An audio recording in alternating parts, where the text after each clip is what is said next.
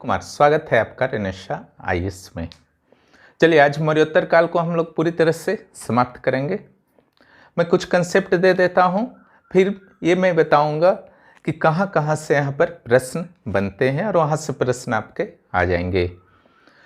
यहाँ पर देखिए, मौर्योत्तर काल को देखा जाए तो यह मौर्य काल के बाद आया था। जब मैं पहला क्लास ले रहा था हिस्ट्री का तो आपको मैंने समझाया था कि एक बार बड़ा साम्राज्य बनता है, भारतीय इतिहास हो या विश्व इतिहास का, किसी भी देश के किसी भी कंट्री के आप इतिहास को देखते हैं, फिर छोटे छोटे राज्यों का साम्राज्य, एक कंबाइंड साम्राज्य बनता है। तो उत्तर मौर्य काल जो था, यानी कि मौर्य काल और गुप्त काल के बीच का जो सिचुएशन था, आप उसी रूप में देख सकते हैं कि यहाँ पर छोटे छोटे कई राजवंशों का उदय पूरे भारत में हुआ। ठीक है, मौर्योत्तर काल के बारे में एक चीज आप विशेष रूप से याद रखिएगा, है ना, यहाँ पर विदेशी प्रभाव जबरदस्त हो चुका था। मौर्य काल में या नंद के समय या मौर्य के समय में विदेशी आक्रमण बहुत ज़्यादा सफल नहीं हो पाए थे, लेकिन मौर्यों के पतन के बाद, ठीक है, विदेशियों का आक्रमण बढ़ा और वे सफल रहे, क्योंकि यहाँ पर एकता का अभाव हो चुका था। भारतीय इतिहास का अगर टफेस्ट पार्ट आप मानते हैं तो यही सब उत्तर काल सब आपका टफेस्ट होता है। क्लियर, चाहे मौर्य के बाद का उत्तर मौर्य काल या गुप्त के बाद का उत्तर गुप्त काल, दिल्ली और मुगल सल्तनत के बीच जो बहुत सारे पार्ट्स बन गए थे, या फिर मुगल के बाद जो सिचुएशन बना, ठीक है, फिर अंग्रेज जब मजबूत हो गए तो थोड़ा सा इजी हो जाता है मुगल काल का अध्ययन, दिल्ली सल्तनत का, लेकिन एक साथ इतने सारे राज्यों का अध्ययन जो है थोड़ा सा टफ हो जाता है। क्लियर, उत्तर गुप्त काल में और देखिएगा इससे भी बहुत ज़्यादा भयानक रूप ले लेगा, इतना छोटा छोटा राज्य उत्तर से लेकर के दक्षिण तक। हाँ, तो मैं यहाँ पर ये बताना आपको चाहता हूँ, ये क्लियर करना चाहता हूँ कि एक चीज़ मौर्योत्तर काल का स्टडी कीजिएगा, एक चीज़ पर विशेष ध्यान रखिएगा, इधर से विदेशियों का आक्रमण शुरू हो चुका था और सफल, शुरू तो पहले ही हो चुका था लेकिन सफल आक्रमण शुरू हो चुका था। क्लियर, और इन विदेशियों के आक्रमण ने मौर्योत्तर काल के समाज पर, संस्कृति पर, अर्थव्यवस्था पर, यहाँ तक कि धर्म पर, राजनीति पर, हर जगह इफेक्ट डाला। लेकिन सिचुएशन, आप अगर प्राचीन भारत से अगर आधुनिक भारत की ओर हम लोग चलते हैं तो प्राचीन भारत के जितने भी अटैकर्स आए इंडिया पर, ठीक है, चाहे शक हो, कुषाण हो, या यूनानी लोग हों या हूण हो, क्लियर, सारे के सारे को भारत की संस्कृति ने, यहाँ के समाज ने आत्मसातीकरण कर लिया। ठीक है, वे अपने धर्म को नहीं बचा पाए, वे वैदिक धर्म में, हिंदू धर्म में मिलजुल गए, उन्हें भी वर्ण व्यवस्था में स्थान दे दिया गया। अब मध्यकाल पर आते हैं। क्लियर, कंसेप्ट को क्लियर कीजिए। मध्यकाल में जब मोहम्मद साहब के नेतृत्व में अरब क्षेत्र में जो एक क्रांति हुई थी धर्म सुधार की, तो ये मुस्लिम धर्म का उदय हुआ था। तो जो भी आक्रमणकारी थे, तुर्क आक्रमणकारी हुए, मंगोल आक्रमणकारी हुए, उनमें से अधिकांश ने मुस्लिम धर्म ग्रहण कर लिया था। और वे जब भारत पर जब उन्होंने आक्रमण किया तो अपने संस्कृति को पूरी तरह से तो नहीं बचा पाए, लेकिन धर्म को उन्होंने बचा लिया। मुस्लिम धर्म वह मानते रहे, लेकिन भारतीय संस्कृति में रम गए और यहीं के होकर के रह गए। लेकिन तीसरा दौर जो आपका आता है बाह्य आक्रमणकारी में, वो था आपका आधुनिक काल में। अंग्रेज हों, पुर्तगीज हों, फ्रांसिस हों, वे आए न सिर्फ अपने धर्म को सुरक्षित रखे, बल्कि अपनी संस्कृति को भी पूरी तरह से सुरक्षित रखे। वो सिर्फ शासन करने आए थे भारत पर, और जब उन्हें लगा कि अब वो शासन करना यहाँ पर संभव नहीं है, उसके कारणों पर हम लोग मॉडर्न हिस्ट्री में अध्ययन करेंगे, वो अपना वापस चले गए। तो तीनों में आपको डिफरेंस समझना होगा, 3 राउंड का जो आक्रमण इंडिया पर हुआ था। आशा आप समझ गए होंगे। चलिए मौर्योत्तर काल पर लौटते हैं। तो मौर्योत्तर काल में जो हम लोग स्टडी करेंगे कि मौर्य काल के समापन के बाद, पतन के बाद कौन कौन से राजवंश भारत में अस्तित्व में आए। तो यहाँ पर जो सबसे पहले हम लोग मगध पर ही बात कर लेते हैं। ठीक है, तो मगध में जो आपका सेक्शन रहा, यहाँ शुंग और उसके बाद कण्व वंश आया। क्लियर, एकदम मगध सेक्शन में। ऐसा नहीं कि अब मगध जो है राजनीति का केंद्र नहीं रह गया था।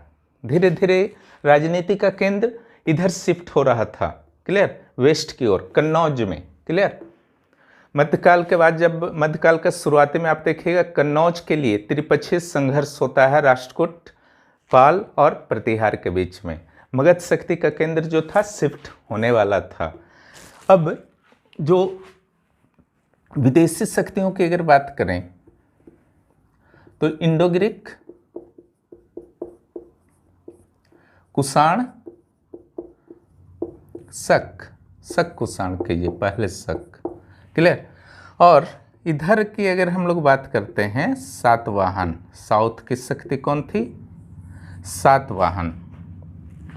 सुंकर्ण, एक उड़ीसा में इस दौरान एक शक्ति की उत्पत्ति हुई, वह खारवेल के नेतृत्व में, और वह शक्ति था चेदी वंश। इसके महान राज से तो मेघवाहन संस्थापक थे चेदी वंश के, लेकिन इसके महान शासक जो हुए वो हुए खारवेल, जैन धर्म के अनुयायी थे खारवेल, क्लियर। तो इस ढंग से आप देख सकते हैं कि राजनीतिक शक्तियां इस दौरान, इसी का अध्ययन आपको उत्तर मौर्य काल में मुख्य रूप से करना था, और छोटी मोटी सामंती शक्तियां तो हमेशा अस्तित्व में रहती हैं, वो कोई मैटर नहीं है। चलिए सबसे पहले हम लोग सुंग वंश की चर्चा कर लेते हैं थोड़ा बहुत, है ना।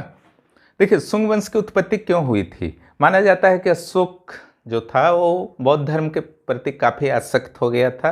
हालांकि ऐसा नहीं है, क्योंकि वह 12वें बृहद शिलालेख में खुद कहता है कि वह सेकुलर है, धर्मनिरपेक्ष है, और उसकी गतिविधि में कहीं ऐसा नहीं लगा कि वह बौद्ध धर्म का समर्थक था। क्योंकि जो तीसरी बौद्ध संगीति हुई पाटलिपुत्र में, तो उसका तो किसी अभिलेख में उसने उल्लेख तक नहीं किया है, ठीक है। इस पर हम लोग मेंस में चर्चा करेंगे। अशोक धर्म, बौद्ध धर्म का प्रभाव, हिंदू धर्म का प्रभाव, वो मुख्य परीक्षा का विषय है।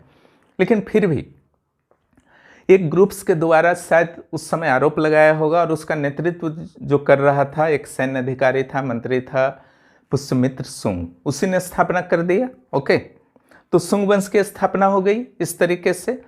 तो यहाँ से आपके सुंग वंश से जो प्रश्न बनेंगे जहाँ से, तो पुष्यमित्र सुंग से बनेगा, अग्निमित्र सुंग से बनेगा, सुज्येष्ठ से बनेगा और भागद्रव से बनेगा।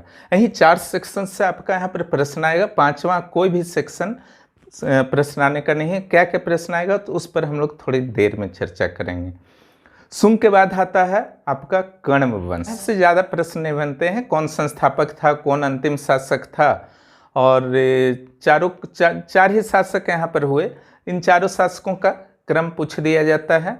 अब आते हैं इंडो ग्रीक विदेशी शासकों पर, ठीक है। इंडो ग्रीक में 2 वंश चला इंडिया में, एक चला डेमेट्रियस वंश और दूसरा चला यूक्रेटाइड्स वंश। दोनों आए थे आपके इधर से, क्योंकि सिकंदर भारत में, जो वर्तमान भारत है हमारी भौगोलिक सीमा है, वहाँ तक तो प्रवेश नहीं कर पाया था। लेकिन जहाँ पाकिस्तान अभी है वहाँ पर अच्छा खासा प्रभाव, अफगानिस्तान सेक्शन हुआ, पाकिस्तान हुआ, तुर्कमेनिस्तान हुआ, अच्छा खासा प्रभाव छोड़ करके चला गया था। उसी में से किसी का वंश था डेमेट्रियस, वह भारत में प्रवेश कर गया और सियालकोट को, ठीक है, राजधानी बनाया। सियालकोट यहाँ पर है, पाकिस्तान में भी पड़ता है। उसको कैपिटल बना करके शासन करने लगा, जिसको साकल कहा जाता था उस समय। उसके बाद डेमेट्रियस को यूक्रेटाइड्स ने पराजित कर दिया और उसने तक्षशिला को अपना राजधानी बना करके शासन करने लगा। लेकिन डेमेट्रियस वंश में ये दोनों घटनाओं को पढ़ने के साथ साथ आपको डेमेट्रियस वंश का एक राजा के बारे में स्पेशली पढ़ना है, ठीक है, मिनांडर, जिसको मिलिंद भी बोला जाता था। तो वहाँ से भी आपके प्रश्न रहते हैं, मिलिंद पन्हों में जो नागसन के साथ उसकी वार्ता हुई थी, क्लियर। उसके बाद हम लोग पढ़ेंगे इंडो ग्रीक सोना का सिक्का वगैरह जारी किया, कहाँ से प्रश्न बनेगा उसको पर थोड़ी देर बाद हम लोग चर्चा करते हैं। फिर शक के बारे में हम लोग पढ़ेंगे। शक के बारे में कंसेप्ट ही है एक, क्लियर। वह आक्रमणकारी थे, सिंपल, उनका कोई ऐसा धर्म पहले नहीं था, यहीं पर उन्होंने धर्म आकर के वैदिक धर्म को, हिंदू धर्म को आत्मसात किया। इंडो ग्रीक का भी वही हाल हुआ, ठीक है, क्योंकि सिक्कों से पता चलता है कि वो किस धर्म को मानते थे। शुरुआती जो राजा थे इंडो ग्रीक के, वो यूनानी देवी देवताओं के रखते थे, बाद में बौद्ध हिंदू वगैरह का हुई देवी देवताओं के चित्र जो है उनके सिक्कों पे मिलने लगते हैं। उसी तरह से शकों की सिचुएशन थी। शुरुआती जो भी राजा थे उन पर यूनानी देवी देवताओं के चित्र उनके सिक्के पर मिलते हैं, बाद में भारतीय देवी देवताओं के मिलने लगते हैं। शक का जो अगर प्रोग्रेस की बात किया जाए कि भारत में किस तरीके से उन्होंने अपना विस्तार किया, तो इनकी 3 शाखाएं हो गई थी, ठीक है। एक तक्षशिला के शक, दूसरा उज्जैनी के शक, तीसरा नासिक के शक।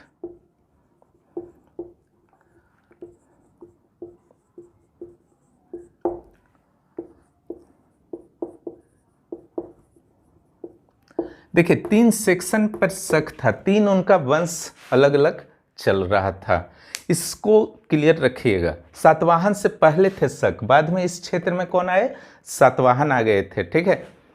शक का जो तक्षशिला शाखा था वहाँ का संस्थापक जो था वो माउस था, और वो पूरे शक राजवंश का, अगर तीनों राजवंशों की बात की जाए तो सबसे पहला शासक अगर प्रश्न आता है तो माउस होगा। उसके बाद वहाँ पर एजेज आया, एजेज प्रथम। और उज्जैनी का जो था यहाँ पर चष्टन और रुद्रदामन, जो सबसे प्रसिद्ध शासक अगर आएगा शक का कौन था तो रुद्रदामन आएगा, उसी का है जूनागढ़ अभिलेख। क्लियर, जूनागढ़ अभिलेख किसका है तो रुद्रदामन का है। संस्कृत का पहला विस्तृत अभिलेख है वही रुद्रदामन का जूनागढ़ अभिलेख है। कुषाण का सुई विहार अभिलेख भी है, ठीक है। तो यहाँ पर रुद्रदामन था और यहाँ पर पहला शासक था, यहाँ सबसे प्रसिद्ध शासक था। अब नासिक में आ जाइए, ठीक है। यहाँ भूमक और नहपान, इसको बहुत ज़्यादा मजबूत नहीं माना जाता है। क्लियर, इनके सिक्कों के बारे में हम लोग थोड़ी देर बाद चर्चा करेंगे कि सिक्कों में किस तरह से देवताओं के नाम में परिवर्तन हुआ। शक के बारे में एक चीज़ ध्यान रखिएगा, इन लोग आधा बाल मुड़ा करके रखते थे, पहला। और दूसरा, पाकिस्तान में हम लोग अगर देखते हैं तो पेशावर के पास यहाँ पर खैबर दर्रा है, खैबर पास है, और नीचे क्वेटा के पास, बलूचिस्तान की राजधानी है क्वेटा, वहाँ पर बोलन दर्रा है।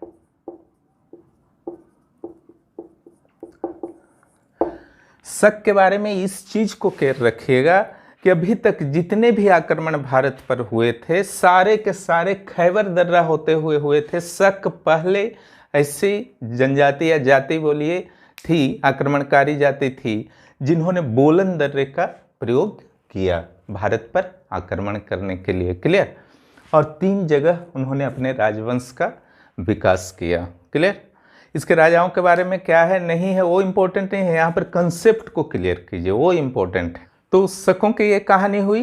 अब चलिए हम लोग बात करते हैं इसके जस्ट बाद, एक छोटा सा एक कम अंतराल का एक आया था हिंद पर्थियन, ठीक है। उसका नाम मैंने शुरू में नहीं लिखा था, आप लोग जोड़ लीजिएगा। हिंद पर्थियन, पहलव, इसको पहलव भी बोलते थे। इसका संस्थापक भारत में बोनोनिच था, लेकिन जो प्रसिद्ध शासक था वह था गोंडो फर्निस।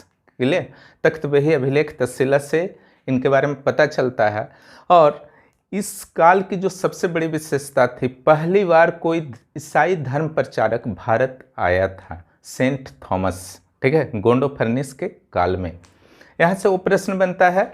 इसके बाद कुषाण, जो सबसे शक्तिशाली आप बोल सकते हैं विदेशी राजवंशों में उस समय था, और कुषाण यूची कबीले से संबंध रखता है, और ये संभवतः इस क्षेत्र से, मध्य एशिया से, चीन के बॉर्डर से भारत की ओर प्रवेश किया था, और उससे काफ़ी सफलता मिली कुषाणों को। कुषाणों के बारे में अगर बात आप करते हैं तो यहाँ पर 3 शासकों के बारे में आपको स्पेशली बात करना है, ठीक है।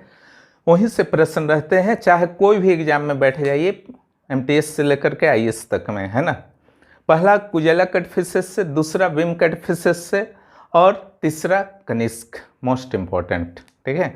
कनिष्क के बारे में कई राज्य आयोगों के या आईएएस के मुख्य परीक्षा में स्पेशली सिलेबस में भी दिए रहते हैं, ठीक है।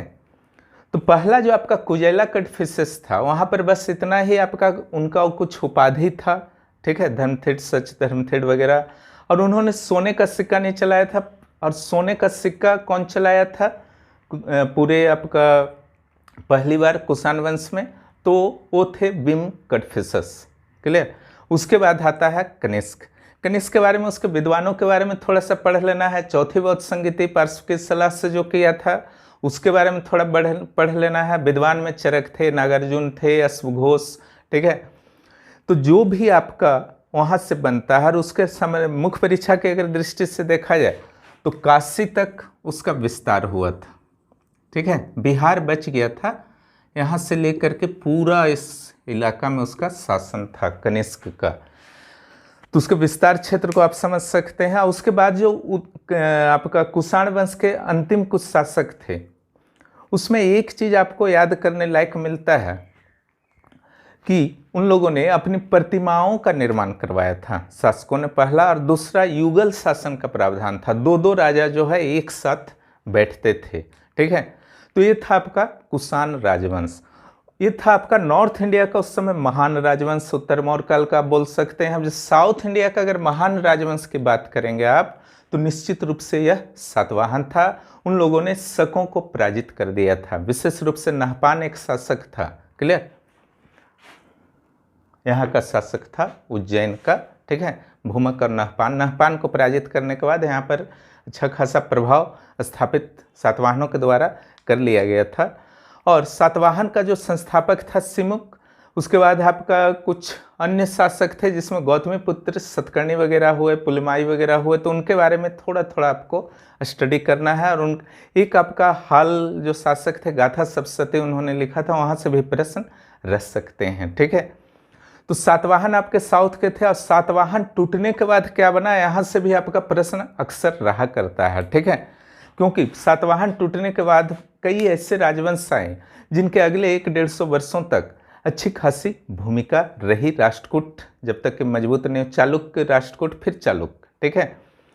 पहले चालुक्य आया, फिर राष्ट्रकूट आया, फिर चालुक्य आया। सातवाहन के बाद का कहानी है, लेकिन जो चालुक्य आया था उससे पहले भी कोई आया था, ठीक है।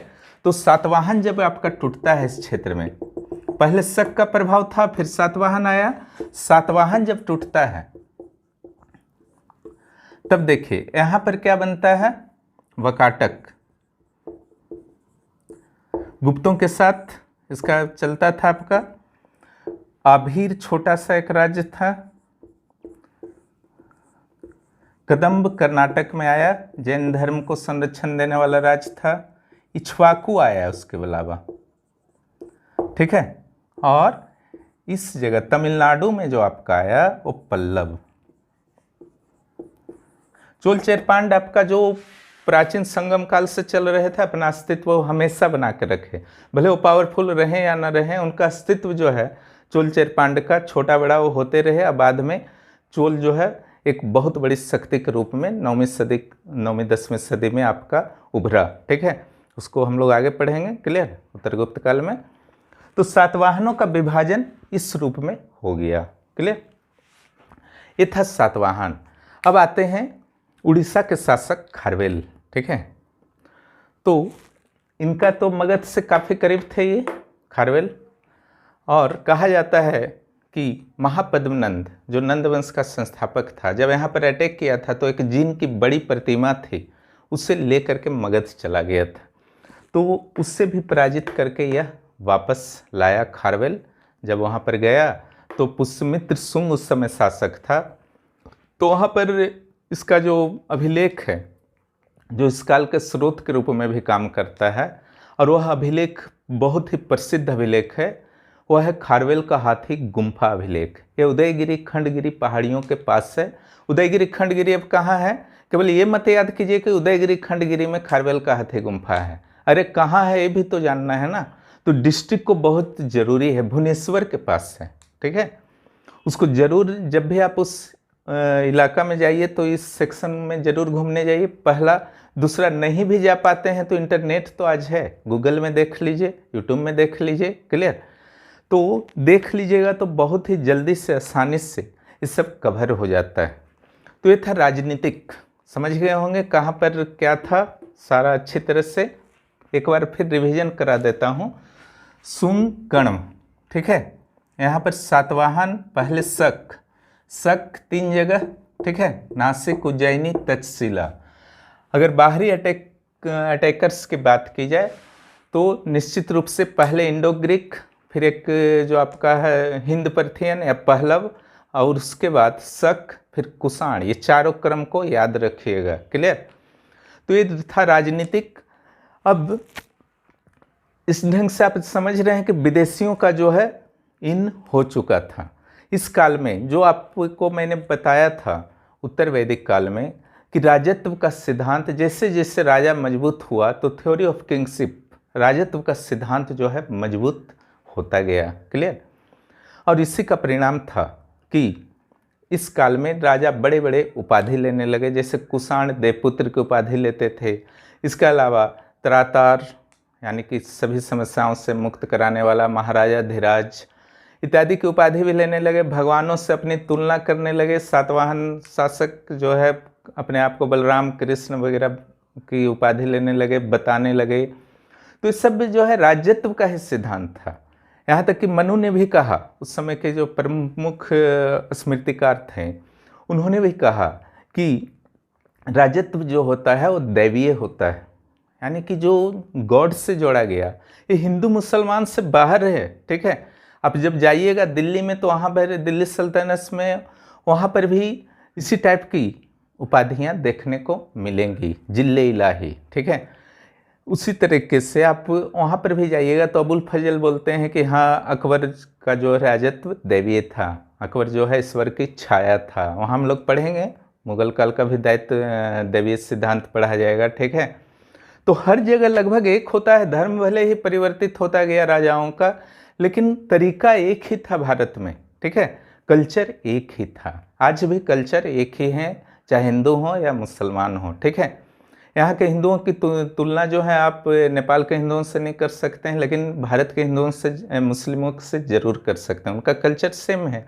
यहाँ के मुस्लिमों की तुलना अरब के मुस्लिमों से आप नहीं कर सकते हैं। उनके साथ यहाँ के मुस्लिम नहीं रह पाएंगे, क्योंकि उनका कल्चर, अरबियन कल्चर अलग है, यहाँ का कल्चर, धर्म एक हो सकता है, वो अलग मैटर है। ठीक है? चलिए अब हम लोग देखते हैं कि आखिर समाज कैसा था। तो मैं शुरू में ही बता दिया, पहला लाइन विदेशी प्रभाव। अगर विदेशी प्रभाव को दिमाग में घुसा लिए ना, ये मौर्योत्तर काल जो है पूरी तरह से आपका फिनिश हो जाएगा। बुद्ध काल में मैंने बताया था, याद होगा आप लोगों को, कि 12 संकर जातियों का अस्तित्व पता चला। यहाँ 18 संकर जातियाँ हो गई। नॉर्मल सा बात था, बाहर के लोगों का अटैक हो रहा था, यहाँ के लोगों के साथ वैवाहिक संबंध हो रहे थे, नए नए जो आपका संतान उत्पन्न हो रहे थे। ठीक है? उनको ही संकर कहा गया, वर्ण संकर। तो कुल संख्या जो थी उनकी 18 हो गई।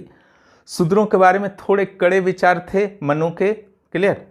इसलिए जो उत्तर प्रदेश के पूर्व मुख्यमंत्री हैं मायावती, वो अक्सर मनुवादी वर्ड यूज करती हैं। मनु इसी काल के थे। क्लियर? इसी काल में उन्होंने बहुत कुछ लिखा था। तो कई बार वो शूद्रों के काफ़ी अपोज में चले गए, तो कई बार उनके पक्ष में भी कुछ लिखा है। ठीक है? ये तो जब आप मुख्य परीक्षा पढ़ेंगे तब समझेंगे। स्पेशली मनु का जो कहना था कि वैश्य या शूद्र जो हैं वो आपातकाल में या विपत्ति काल में भी ब्राह्मण या क्षत्रियों द्वारा किए जो कार्य उनके लिए निर्धारित है, ब्रह्मा ने निर्धारित कर रखा है। वैश्य, क्षत्रिय, शूद्र, ब्राह्मण सभी का अपना अपना कार्य। ठीक है? तो ब्राह्मण और क्षत्रिय के कार्यों को वैश्य और शूद्र नहीं कर सकते। मनु ने कहा था अगर विपत्ति काल भी आ जाए तो, लेकिन अगर ब्राह्मण और क्षत्रिय की बात हो तो विपत्ति काल में वे वैश्य और शूद्रों के कार्य को कर सकते हैं। ठीक है? लेकिन साथ ही उन्होंने कुल 10 व्यवसायों की जानकारी दी थी जो विपत्ति काल में चारों वर्ण के लोग कर सकते थे। उसमें अध्यापन का भी कार्य था, इसलिए वो शूद्रों, कई बार वे शूद्र अध्यापकों की भी चर्चा करते हैं। हालांकि फिर रिस्ट्रिक्शन लगा देते हैं कि नहीं, आप शूद्र अध्यापक तो हो सकते हैं, लेकिन जो ब्राह्मण अध्यापक हैं, क्षत्रिय अध्यापक हैं, उनसे दूरी बनाए रखना चाहिए। गलत था उनका। ठीक है? लेकिन फिर भी उस समय के परिस्थिति के अनुसार आपको सोचना होगा। आज की परिस्थिति के अनुसार मत सोचिए। ठीक है? आज की परिस्थिति के अनुसार सोचिएगा तो आप निष्पक्ष होकर के अच्छी तरह से उत्तर नहीं लिख पाएंगे। आप किस वर्ण के हैं नहीं है उससे कोई मैटर नहीं है, वहाँ पर आपको निष्पक्ष रखना है, एक अच्छा उत्तर लिखना है। जब भी आप लिखते हैं तो निश्चित रूप से आपको मार्क्स मिलेंगे। ठीक है? उस समय के अनुसार हर सिचुएशन को सोचते हुए उत्तर लिखना है। दूसरा जो था, धर्म सूत्र बताता है जो ऋण लिया जाता था ना, तो उस पर 15% जो है वार्षिक ब्याज लगेगा। सब व्यवस्था था, लेकिन वशिष्ठ थोड़ा सा ये बताते हैं कि सारे वर्ण के अनुसार ब्याज। क्लियर? शूद्र हैं तो 5% वार्षिक ब्याज, 4%, 3%, 2%, सारे यानी कि ब्राह्मण हैं तो 2% वार्षिक ब्याज। दूसरी ओर ये सब भी व्यवस्था था। क्लियर? उसके बाद कोई भी ऋण लेकर के जा रहा है, जंगल से जा रहा तो 10% लगेगा, उस पर ब्याज लगेगा। और समुद्र से जा रहा तो ज़्यादा खतरा है तो 20%। आप पैसा अगर किसी से लिए हैं और समुद्र से जा रहे हैं तो आप पर 20% वार्षिक जो है वो आरोपित कर देगा ब्याज। तो इस ढंग के कुछ कुछ व्यवस्थाएं थी। तो समाज पर आप देख सकते हैं वर्ण संकर जातियों का जो है प्रभाव बढ़ा और जातियों का आत्मसातीकरण शुरू हुआ। जो बाहरी लोग आए थे उन लोगों को भी किसी जाति व्यवस्था में शामिल करना था ना, इसीलिए सारा जो भी बाहरी आए किसी न किसी स्थिति के अनुसार, अगर उस समय कोई लड़ाई वगैरह कर रहे थे तो क्षत्रिय में कर दिया, कोई पूजा में ज़्यादा इंटरेस्ट ले रहा था तो ब्राह्मण में कर दिया। तो इस ढंग से सारे का कहीं ना कहीं से सेट कर दिया गया। इस काल में सब चला। क्लियर? वैश्य और शूद्रों ने कई बार विद्रोह किया अपनी स्थिति को देखते हुए। उस सिचुएशन में भी मनु ने कहा कि नहीं, इनको बलपूर्वक दबाना होगा क्योंकि ये टैक्स देने वाले हैं, नहीं तो फिर टैक्स कैसे आएगा, राज कैसे चलेगा। क्लियर? इसी प्रकार चलिए धर्म पर थोड़ा सा सोच लिया जाए। तो धर्म में देखिए आपका शुंगों को कहा जाता है कि बौद्ध विरोधी थे शशांक की तरह, लेकिन ऐसा नहीं था, है ना। उतना भी प्रबल विरोधी नहीं। हो सकता है वो अपना राज्य प्राप्त करने के लिए पुष्यमित्र शुंग ने ऐसा किया होगा, धर्म का एक सहारा ले लिया हो, लेकिन खुद उसने आपका भरहुत स्तूप को बनाया था। ठीक है। बाद में तो सिमुख था, जैसे सातवाहन का बौद्ध और जैन दोनों धर्मों का वो समर्थक था। इधर अगर आप बौद्ध में देखते हैं तो बौद्ध का स्तूप भारी मात्रा में उस काल के पाए जाते हैं। और यहाँ का जो विशेषता था इस काल में, कनिष्क के काल में, महायान, है ना, महायान बौद्ध पंथ का महत्व ज़्यादा बढ़ा। नागार्जुन उसी समय थे, कनिष्क के दरबार में ही थे नागार्जुन।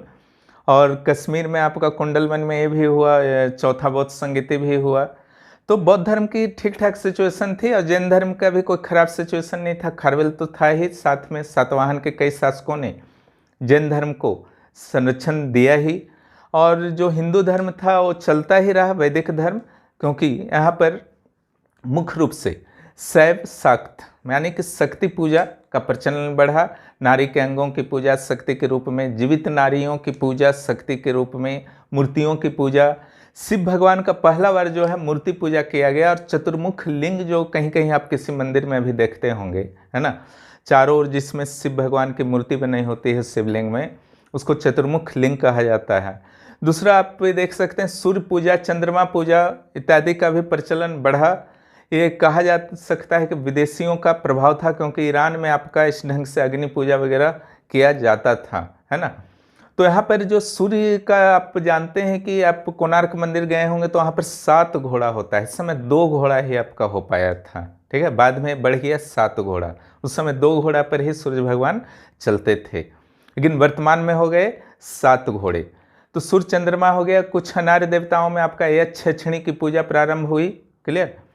और नाग नागिन नाग पूजा वगैरह सब हुआ। तो इस ढंग से आप धर्म में कुछ कुछ हम लोग स्टडी करेंगे।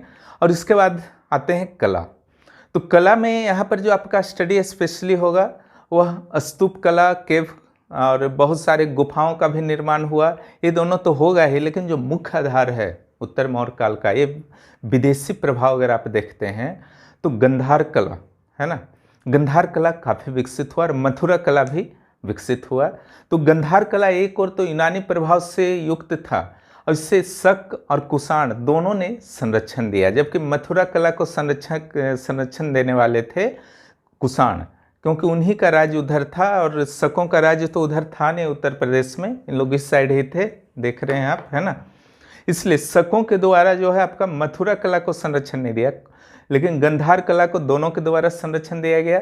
दोनों में काफ़ी डिफरेंस था, लेकिन दोनों की आत्मा जो थी वह इंडियन ही थी। ऊपर से आप अगर बुद्ध भगवान के देखते हैं तो उनको जूते पहना दिए गए, उनके कपड़े में जो तड़क भड़क थे वो यूनानी मूर्ति वगैरह देखते होंगे ओलंपिक गेम्स वगैरह में, उस टाइप का था। बाल का स्टाइल जो है थोड़ा बदल दिया गया। ठीक है, उनके जो मसल्स थे, उनके स्टाइल्स, नस वगैरह दिख रहा था। यानी कि आध्यात्मिक स्वरूप जो होता है इंडियन मूर्तियों में, उससे पूरी तरह से समाप्त कर दिया गया। ठीक है, शायद ही किसी भगवान को जो है चप्पल में कहीं मूर्ति वगैरह में बनाया जाता है भारतीय संस्कृति में, हिंदू धर्म में। ठीक है, लेकिन उन लोगों में ये नॉर्मल सा है। ठीक है, तो उसी अनुसार बुद्ध भगवान को भी बना दिया गया। पत्थर के प्रयोग में अंतर थे दोनों में, क्लियर। एक आपका लाल पत्थर का प्रयोग मथुरा कला में होता था, वहाँ पर भूरा पत्थर वगैरह का प्रयोग होता था। ठीक है, काला पत्थर आपका इसमें गंधार कला में। तो कला में गंधार और मथुरा पर विशेष ध्यान रखिएगा। यहाँ भी विदेशी प्रभाव आप देख रहे हैं क्लियर रूप से। चलिए, मौर्योत्तर काल के कुछ व्यापार वगैरह, आर्थिक स्थिति के पर भी हम लोग कुछ चर्चा हल्का कर लेते हैं उसके कंसेप्ट पर। ठीक है, तो देखिए मौर्योत्तर काल में आपका एक आया प्रॉब्लम कि मनु ने क्लियर कर दिया था विपत्ति काल में क्षत्रिय और ब्राह्मण भी शूद्र या वैश्य के व्यवसायों को अपना सकते हैं। तो वैश्य जो प्रमुख व्यापारिक वर्ग थे, उनमें एक डर उत्पन्न हो गया कि कहीं इन लोग क्षत्रिय और ब्राह्मण जो हैं अपनी सत्ता और शक्ति के बल पर इनके व्यापार पर भी कब्जा न कर लें, है ना। हालांकि उसकी संभावना नहीं थी, विपत्ति काल का अलग मैटर होता है, लेकिन इन लोगों ने सुरक्षात्मक दृष्टि से अलग अलग श्रेणियों का निर्माण कराया। अच्छा, आप देखते हैं ना, फिक्की वगैरह संगठन है, व्यवसायिक संगठन है, चैम्बर ऑफ कॉमर्स का हर जगह संगठन, उसी टाइप का आप सोच लीजिए श्रेणी को, उसको श्रेष्ठी भी बोला जाता है। ये चलता रहेगा अब श्रेणी, है ना। मुगल काल दिल्ली सल्तनत तक आपका चलता रहेगा रेगुलर।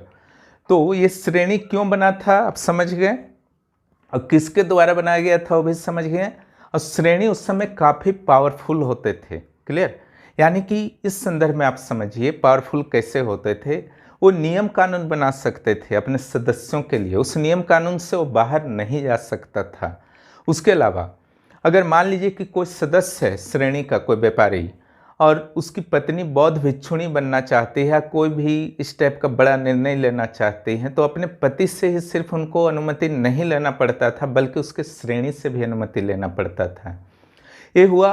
उसके अलावा जिस ढंग से प्रधानमंत्री होते हैं, उनके मंत्री भी होते हैं, तो उसी ढंग से हर श्रेणी में 4-5 व्यक्ति भी होते थे, जिसे संयुक्त हितवादीन कहा जाता था उस समिति को। उन लोग मेन मुख्य रूप से उन्हीं लोग डिसीजन लेते थे सारे मामले पर। ठीक है, अंतिम रूप से वो समझ लीजिए कि एग्जीक्यूटिव बॉडी था वो संयुक्त हितवादीन, तो उसकी भी व्यवस्था थी।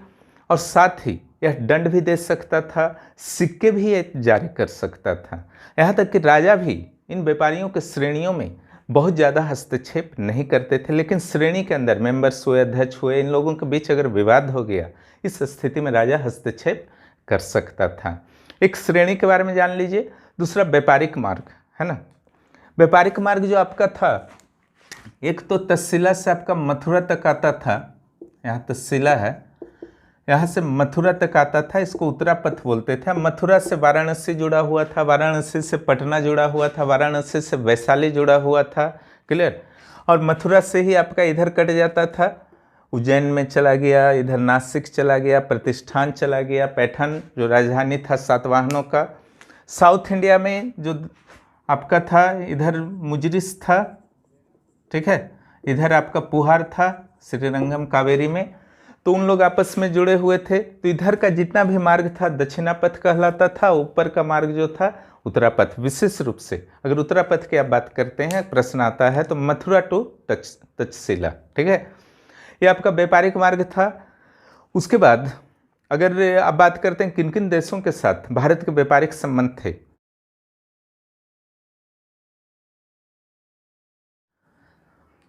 यहाँ देखिए मैंने एक सामान्य मैप बना दिया है, जिससे आपको क्लियर हो जाएगा कि मौर्योत्तर काल में भारत के संपर्क कहाँ कहाँ से थे, ठीक है, क्यों थे, वो भी क्लियर हो जाएगा। यहाँ आप देख रहे हैं इंडिया है, यहाँ श्रीलंका है। तो इस सेक्शन में आपका पूरी तरह से आपका यहाँ सातवाहन था, कुषाण था, इधर शुंग और कण्व तो बहुत पहले समाप्त हो गया था, बहुत ज़्यादा दिन तक नहीं रहा था। तो इनका संपर्क जो था स्पेशली आपका रोम से था, है ना, रोम से काफी था, इथोपिया से था, क्लियर, साउथ ईस्ट एशिया से था और चाइना से था। भारत का संपर्क हो गया। और यहाँ से आपका जो है स्वर्ण विशेष रूप से आते थे इथोपिया और यूरोप से। क्लियर? स्वर्ण विशेष रूप से आते थे, यहाँ से कपड़ा वगैरह जाता था, मसाला वगैरह जाता था भारत से। एक और जो है पारगमन व्यापार इस काल में विकसित हुआ है। ठीक है, ये क्या होता है पारगमन व्यापार? इट मीन्स यहाँ से जो आपका कच्चा रेशम हुआ, रेशम के धागे हुए और रेशम के वस्त्र हुए, उसको कई बार होता था, प्रॉब्लम्स होता था, क्योंकि उस आज की तरह तो शांति नहीं है ना, उस समय अक्सर डिस्टर्ब हो जाता था ये मार्ग। तब चाइना को भारत का सहारा लेना पड़ता था। तो भारत चाइना से सामान लेता था और इधर बेच देता था कुछ लाभ लेकर के। इसी को कहा गया पारगमन व्यापार। मसालों की अधिक मांग की स्थिति में साउथ ईस्ट एशिया से भारत मसाले मंगा लेता था, इधर बेच देता था। ठीक है, तो इसको कहते हैं पारगमन व्यापार। ये काफ़ी विकसित हुआ और व्यापार में भारत को काफ़ी लाभ होता था। यही कारण था कि अंग्रेजों के आगमन से पूर्व तक दुनिया का सबसे धनी देशों में भारत की गिनती होती थी। ठीक है, शायद आपको पता नहीं होगा, अंग्रेजों के आगमन के बाद भारत निरंतर गरीब होता गया। ठीक है, व्यापार इसके पक्ष में था, ज्ञान इसके पक्ष में था लंबे समय तक, गुप्त काल तक कम से कम रखिए। तो इस सिचुएशन में आप देख रहे हैं कि व्यापार कहाँ कहाँ था, और रोम के साथ बहुत ही स्ट्रॉन्ग व्यापार था, और रोम के बहुत सारी वस्तुएं भारत में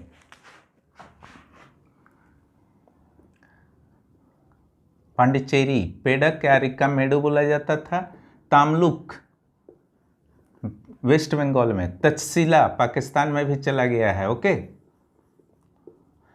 तक्षशिला, तामलुक और पेडुक है ना, यानी कि पांडिचेरी, पुदुचेरी, इन स्थानों पे बहुत सारे सामान मिले हैं, रोमन बस्ती के साक्ष्य मिले हैं। एक चीज़ याद रखिएगा यहाँ पर, ठीक है, बहुत सारे चीज़ों के साथ एक चीज़ याद रखिएगा, अरेंटाइन मृद्भांड। अरेंटाइन मृद्भांड इन स्थानों पे मिला है। ये अरेंटाइन मृद्भांड जो होता था एक विशेष प्रकार का मृद्भांड होता था, जो भारतीय मृद्भांडों से पूरी तरह से अलग था, और इसका यूज कौन करते थे? यूनानी लोग। ये जहाँ जहाँ मिला है आप एकदम मान सकते हैं कि वहाँ यूनानी लोग रहा करते थे। शुरू से मैं बता रहा हूँ मृद्भांड का क्या महत्व है। ठीक है, जैसे कि आप देखते हैं कि PGW कब का मृद्भांड था? पेंटेड ग्रेवेयर उत्तर वैदिक काल और ऋग्वैदिक काल का। ठीक है, जहाँ पेंटेड ग्रेवेयर सिर्फ मिला है वो ऋग्वैदिक काल, जहाँ प्लस लोहा मिला है वो उत्तर वैदिक काल हो गया। NBPW किस काल का है? ठीक है, तो आपका नॉर्थ ब्लैक पॉलिश्ड वेयर जो है वो मौर्य काल का आपका मृद्भांड है। RBW कब का है? रेड ब्लैक वेयर, लाल काले मृद्भांड, ये ताम्रपाषाण काल का है। ठीक है, गैरिक मृद्भांड गंगा यमुना द्वाब का कुछ समय रहा, जिसे वैदिक कार्यों ने हराया था। तो मृद्भांड के साथ आपका सुमेलित करने आ सकता है, अलग अलग भी प्रश्न आ सकता है, इस पर पूरी तरह से कंट्रोल रखिएगा। इसके अलावा कृषि सेक्शन भी आपका था, व्यापार के साथ साथ मुद्रा सेक्शन था। क्लियर? मुद्रा में आपका विशेष रूप से एक चीज मैं अभी बता देता हूं कि चांदी का सिक्का कुषाणों ने नहीं जारी किया था, सोने और तांबे का जारी किया था। बाकी सभी शासकों ने चांदी का सिक्का स्पेशली जारी किया था, जिससे गुप्त भी प्रभावित थे। चांदी का सिक्का कुषाण नहीं जारी किए थे, है ना। और स्वर्ण का जो मात्रा था सिक्का में निरंतर घटता जा रहा था, जो बाद में पूरी तरह से समाप्त हो गया। तो इंडो ग्रीक का जहाँ स्वर्ण का मात्रा लगभग 134.4 ग्रेन कहा जाता था उस समय, चावल का एक दाना 1 ग्रेन के बराबर होता है, वही 124 ग्रेन हो गया एवरेजली कुषाणों के समय में। ठीक है, कुषाण बाद में थे इंडो ग्रीक के, तो वहाँ पर 134 प्लस था ग्रेन सोना का मात्रा एक सिक्का में, तो इनका घट गया। क्लियर? तो इस ढंग से आप देखते हैं कि जो आपका मुद्रा व्यवस्था था वो धीरे धीरे सोना से चांदी, तांबा इत्यादि की ओर आपका शिफ्ट हो रहा था। क्लियर? उसके बाद कृषि के बारे में अगर बात किया जाए तो बहुत सारे नए तकनीकों का प्रयोग होने लगा, जिसमें रहट जो था आपका इम्पोर्टेंट था, सिंचाई वगैरह के लिए यूज होता था। उसके अलावा धान और गेहूं के कई किस्मों का पता लगाया गया इस काल में, और यहाँ पर पहली बार भूमि दान वगैरह दिया गया सातवाहनों के द्वारा। पहली सदी में यज्ञ के बदले कुछ ब्राह्मणों को सातवाहनों ने दिया था, तो भूमि दान पहली बार किसने दिया था? तो सातवाहनों ने। ठीक है, इस तरीके से आप स्टडी कर सकते हैं। आशा है समझ गए होंगे। साहित्य के बारे में थोड़ा बहुत स्टडी किया जा सकता है क्योंकि बहुत सारी रचनाएं हुई, ठीक है। इस काल में चरक संहिता, चरक सुश्रुत संहिता, सुश्रुत, कामसूत्र, वात्सायन, उसके अलावा भास ने पहली बार एक नाटक लिखा, क्लियर। या फिर आप जूनागढ़ का देख सकते हैं, संस्कृत का पहला अभिलेख है, सुई विहार अभिलेख कुषाणों का है। तो यहाँ से आपके प्रश्न बनते हैं, ठीक है।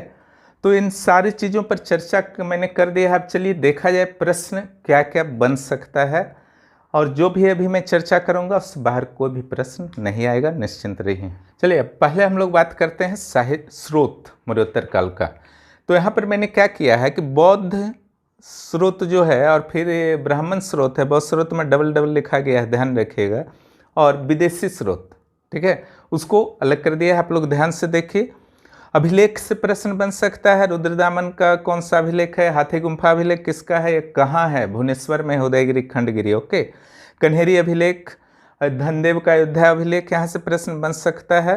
पहली बार सोने के सिक्के किसने जारी किए भारत में, ठीक है। और यहाँ पर यह भी जोड़ लीजिएगा कि शासकों का चित्र अब पहली बार कौन जारी, दोनों में इंडो ग्रीक जो है आपका आंसर होगा। सीसा का सिक्का सबसे पहले कौन जारी किया, ठीक है। पुष्यमित्र शुंग ने किसकी हत्या कर सत्ता पर कब्जा की थी, और इस हत्या की जानकारी कहाँ से मिलती है। 2 अश्वमेध यज्ञ किए थे जिसके पुरोहित बने थे पंतजलि, ठीक है। तो शुंग वंश का कौन सा शासक था। और पुष्यमित्र शुंग को जो हाथी गुम्फा का अभिलेख है उसमें क्या कहा है खारवेल ने, ठीक है। और बौद्धों का उत्पीड़न करता था पुष्यमित्र शुंग, ये किसने कहा है, किन पुस्तकों में कहा गया। तो निश्चित रूप से बौद्ध ग्रंथ में कहा गया होगा, ठीक है। लेकिन भरूच का जब वो स्तूप बनाया था पुष्यमित्र शुंग, तो ये थोड़ा सा डाउटफुल हो जाता है कि सही में ऐसा है या नहीं। अब चलिए आते हैं पुष्यमित्र शुंग का जो पुत्र था अग्निमित्र शुंग, क्लियर। मालविका अग्निमित्र शुंग में इसका कालिदास ने चर्चा किया है, मालविका और अग्निमित्र की प्रेम कथा का।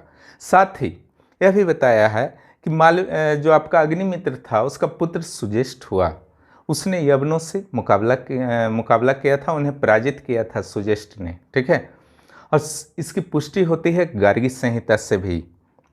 उसके बाद एक आपका आता है वसुमित्र, बजमित्र, भागद्रव के बाद भागद्रव आपका आता है, जिसमें एक यूनानी शासक था एंटियलेट्स, उसका एक हेलियोडोरस था राजदूत, वो आया था, स्वयं को उसने भागवत कहा। बेसनगर में जो है भागवत स्तंभ की भी स्थापना की थी। कण्वंश में मैंने बता दिया, इसका जो है क्रोनो को अच्छी तरह से कर लीजिएगा। संस्थापक लास्ट शासक तो वसुदेव, भूमिपुत्र, नारायण, सुशर्मा, क्रोनो को बहुत अच्छी तरह से कर लीजिएगा। और इसका भी अंत जो था पुलुमाई सातवाहनों ने कर दिया। इंडो ग्रीक में डेमेट्रियस सिक्रोटाइट्स में समझा ही चुका हूँ, आप लोग अच्छी तरह से इसको पढ़ लीजिएगा। और जो यहाँ से प्रश्न बनता है, किस पुस्तक में नागसेन के साथ मिलिंद का जो आपका वाद विवाद चला था, संवाद चला था, वो विवरण मिलता है। उस पुस्तक का नाम याद रखिएगा, मिलिंद मीन्स मिनांडर। शक ने किस दर्रे से प्रवेश किया भारत में, पहली बार उस दर्रे का प्रयोग किसी विदेशी आक्रमणकारी के द्वारा किया गया। अनिर्वासित शूद्रों के रूप में शकों का किसने उल्लेख किया है, इसकी कितनी शाखाएं थी शकों की, तक्षशिला के शक का संस्थापक कौन था, ठीक है। माउस का उपाधि क्या था। एजेज प्रथम ने अपने सिक्के पर किस भारतीय देवी का चित्र बनाया, ठीक है। नासिक के शक का पहला शासक कौन था, ठीक है। और जो इसका एक शासक था नहपान, इसको किस सातवाहन शासक ने पराजित किया।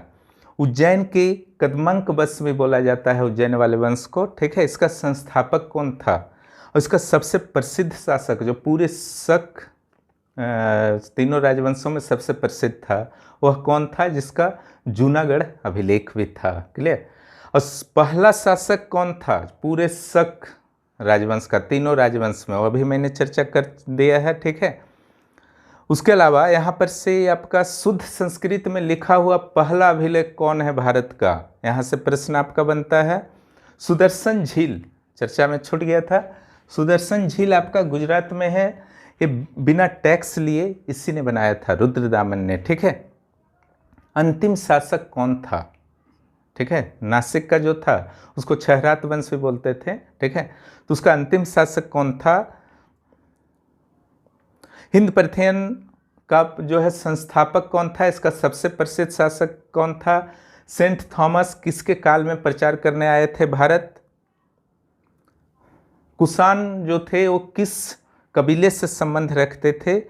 और सोने का सिक्का किसने पहली बार चलाया था कुषाण राजवंश में? धर्मथिट, सच धर्मथिट की उपाधि किसने ली थी? कौन सा ऐसा शासक था जो पाशुपत मत का कट्टर अनुयायी था कुषाणों में? ठीक है, कनिष्क का कार्यकाल आ जाता है 78 से 105। इसमें जो है आपका शक संवत चलाया गया था। शक संवत 78 ईस्वी से ही माना जाता है। ठीक है, इसकी राजधानी कहाँ थी कनिष्क की? इसका क्षेत्र कहाँ कहाँ फैला हुआ था? क्लियर? कश्मीर में जो आपका किसके अधीन था?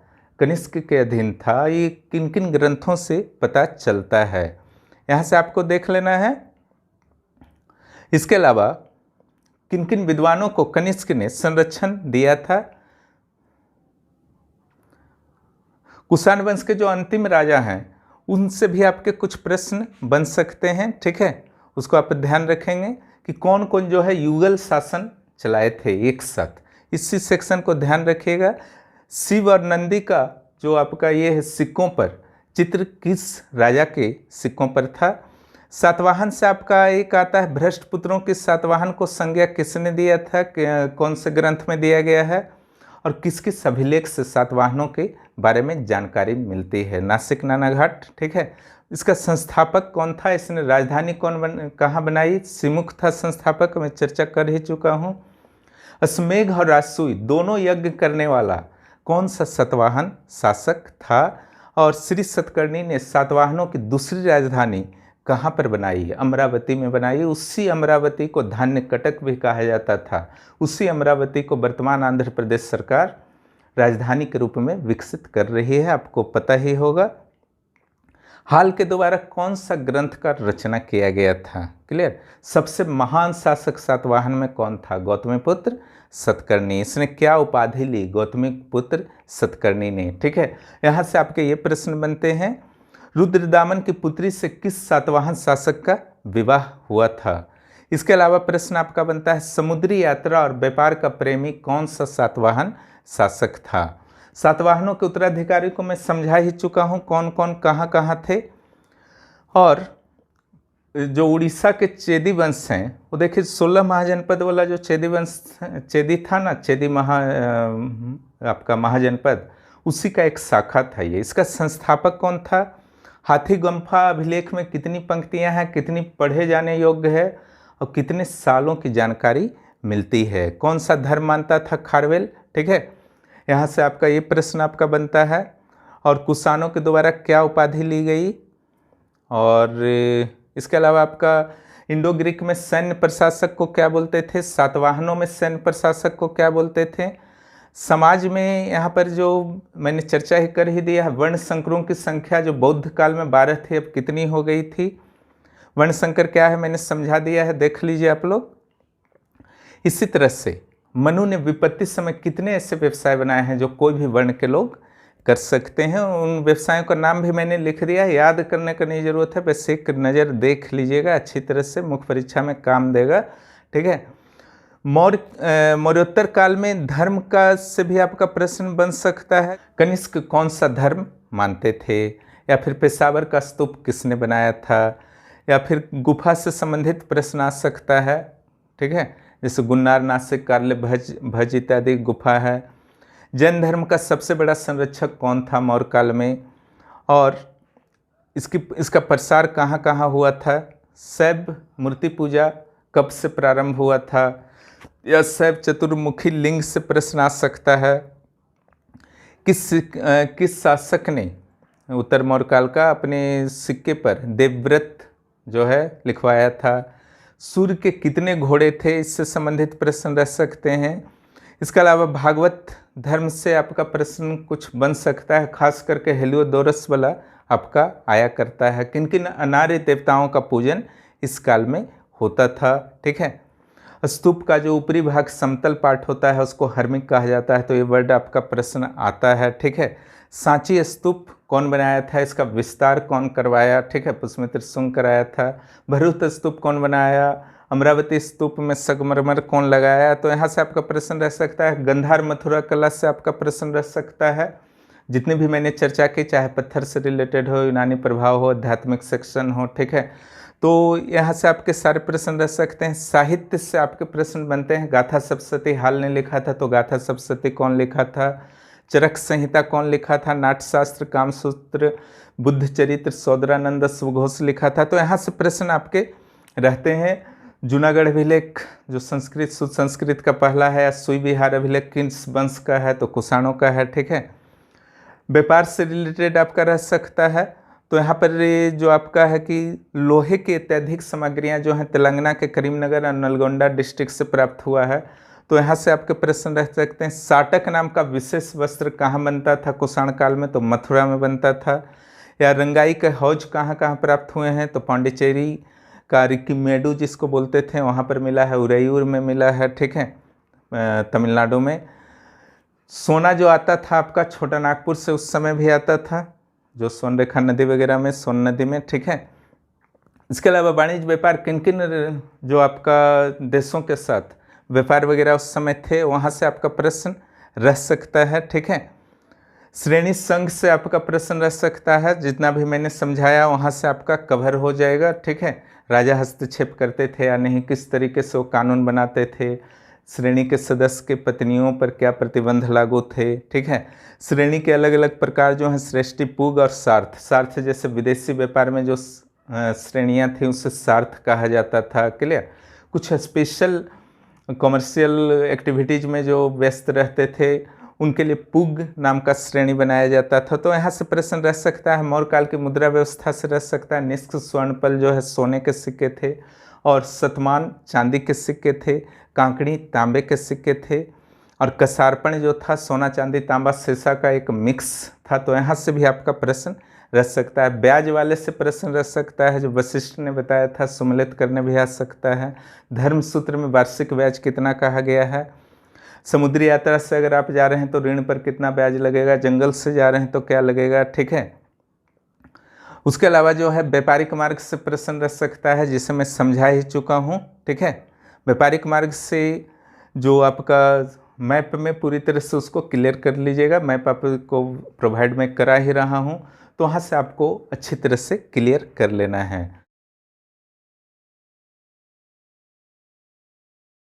प्रमुख बंदरगाह जो आपका सेक्शन था मैं बता ही दिया। मुजरिस हो गया, सोपारा हो गया, भड़ौच हो गया, ठीक है। व्यापार की वस्तुओं पर मैंने चर्चा कर ही दिया है, ठीक है। मसाला जो है भारत का सबसे इम्पोर्टेंट था। प्लिनी ने कहा भी था कि अपना स्वर्ण भंडार जो है लुटाता जा रहा है। नेचुरल हिस्ट्री का जो उनका पुस्तक है उसमें उन्होंने कहा था। इथोपिया से रिलेशन था, और तक्षशिला, ताम्लुक, पांडिचेरी, ठीक है, इन सारे जगहों में अरेंटाइन मृदभांड मिले हैं। तो यहाँ से प्रश्न आपका रह सकता है। वाट वगैरह से संभावना आपका है। कुषाणों का सिक्का का क्या माप वगैरह कितना था, स्वर्ण का मात्रा उसमें, वहाँ से भी प्रश्न आपके बनेंगे। और मनु ने कहा था कि बिना जोता हुआ ज़मीन दान लेना उतना पाप नहीं है जितना कि जोता हुआ ज़मीन, ऐसा कि उसमें मेहनत हो गया है ना, वो अगर दान लिया जाता है तो ज़्यादा पाप होता है। चावल के कितने किस्मों का किया गया था, गेहूं के कौन कौन से किस्म थे। रहट से प्रश्न आ सकता है, जो गाथा सप्तशती में बताया गया है कि रहट का प्रयोग सिंचाई के लिए होता है। लास्ट में जो मैंने देखी आपको बता दिया है कि कौन कौन से कृषि क्षेत्र में कर थे। औपयानिक जो था उपहार कर था, पार्श्व अतिरिक्त लाभ होता था तब होता था, कोष्टक जो होता था आपका पानी भूमि, अगर पानी भर जाता था तो होता था, मरहिनक जो था अगर पशु नुकसान पहुंचाता था तो होता था। तो इस ढंग से आप जो है अच्छी तरह से तैयारी कीजिए। मौर्योत्तर काल आज समाप्त होता है, अब गुप्त काल आपके होंगे। प्रश्न भी मैंने बता दिया है, इससे बाहर कुछ भी प्रश्न आने को नहीं जा रहे हैं। बस आप लोग अच्छी तरह से तैयारी कीजिए। जो भी नए हैं चैनल पर सब्सक्राइब कर लीजिए। फिर मिलते हैं गुप्त काल के क्लास के साथ। बहुत बहुत धन्यवाद।